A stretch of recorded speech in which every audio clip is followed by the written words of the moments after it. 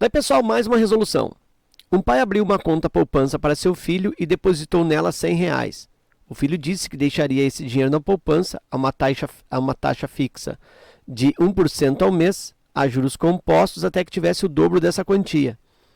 Considerando que ele não fará outro depósito no período, o número de meses necessários para receber essa quantia em dobro é D. Bom, então o que está acontecendo aqui? O depósito inicial, né, dá para dizer que o início do processo aí, eu tenho R$ 100 de depósito. A taxa em que esse R$ 100 vai ser monetizado é de 1% ao mês. E esses R$ 100 ficarão depositados nessa conta com essa taxa até que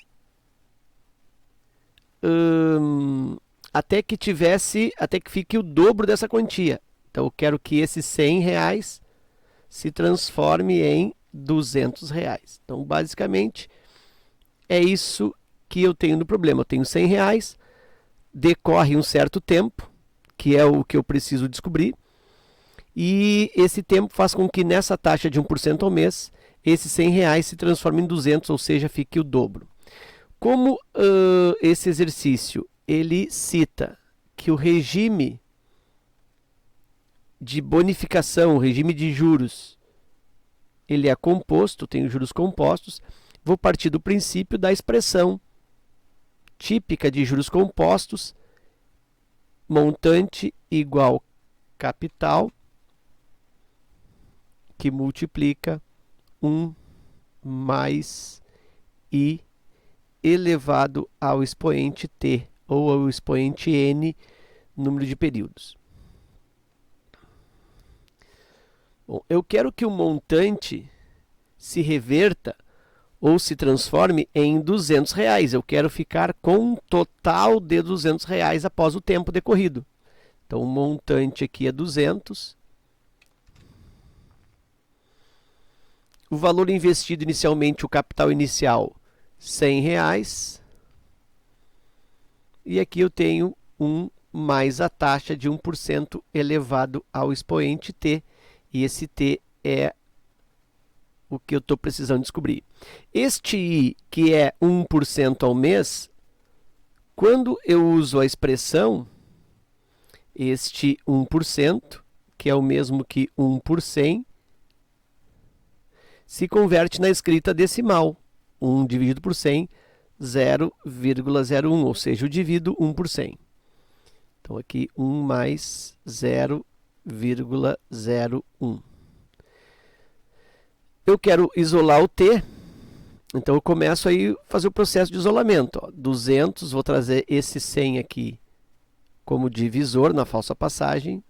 Isso é igual a 1 mais, já vou até somar isso aqui, né? 1 mais 0,01, isso é 1,01 elevado ao expoente t. Cancela zeros, 2 por 1 é 2, eu tenho que 2 é igual a 1,01 elevado ao expoente t. Eu acho aqui mais intuitivo colocar 1,01 na frente aqui, né? 1,01 elevado ao expoente t igual a 2, fica mais intuitivo na hora de resolver. E percebo que se trata de uma equação exponencial com um certo grau de complexidade.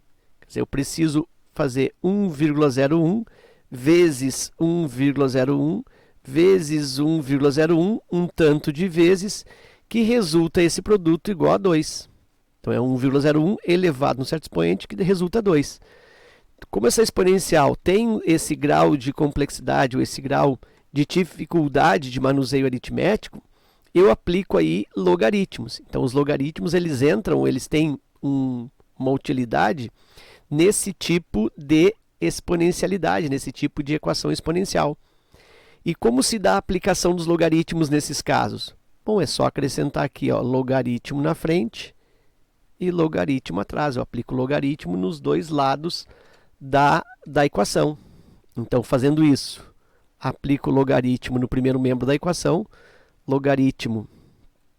E nota que nos dados aqui do problema, ó, ele me dá o logaritmo de base 2 para 1,01. Então, eu acho adequado aplicar o logaritmo de base 2 aqui. Logaritmo de base 2 de 1,01 elevado ao expoente t é igual ao logaritmo também aqui de base 2 de 2. Ok, apliquei logaritmo na frente, apliquei logaritmo atrás. Agora manuseio logarítmico. Vou usar aqui a propriedade dos logaritmos, é uma das 4 propriedades operatórias. Esse expoente t, ele vem aqui para frente, ó, como multiplicador. É uma propriedade bem frequente nesse tipo de exercícios. T que multiplica logaritmo de 1,01 na base 2, igual, e aqui eu tenho um logaritmo de 2 na base 2, do 2. Então, nota, quando o logaritmando e a base são iguais, isso resulta 1, pela definição. Logaritmo de 5 na base 5, logaritmo de 132 na base 132, logaritmo de 7 na base 7. Quando o logaritmando e a base são iguais, esse logaritmo resulta 1. Então, aqui eu tenho logaritmo de 2 na base 2 é 1. T vezes logaritmo de 1,01 na base 2, ele me deu. Logaritmo de 1,01 na base 2 está aqui, ó, é 0,014. Então, vou substituir 0,014, e isso é igual a 1, logo o t, que é o que eu estou querendo, o tempo, fica igual a 1 dividido por 0,014. Eu preciso fazer essa divisão. Vou aqui para o rascunho. 1 dividido por 0,014. Eu vou igualar as casas, né? Vou colocar de outra cor aqui, ó. Vírgula, coloco 3 zeros. 3 casas, esqueço a vírgula. E aí eu fico com 1000 dividido por 14. Está aí efetivamente a divisão a ser realizada. 1000 por 14. 10 não dá, eu pego 100. 100 por 14 vai me dar aqui 6, 60, 24, 34, 7, 70, 98. Dá 7 vezes. 14 que dá 98. Aqui vai me sobrar 2, baixa o 0. 20 por 14 dá uma vez. 1 vezes 14 dá 14. Me sobra 6, invento 0. Quando eu invento esse 0 é que vai a vírgula.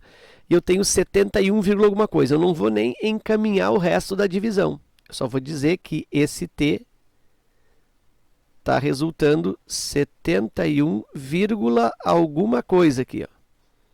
Certo? Como eu preciso do número de meses para resultar o dobro, o número de meses mínimo, né, o mínimo de meses, é que seja 72.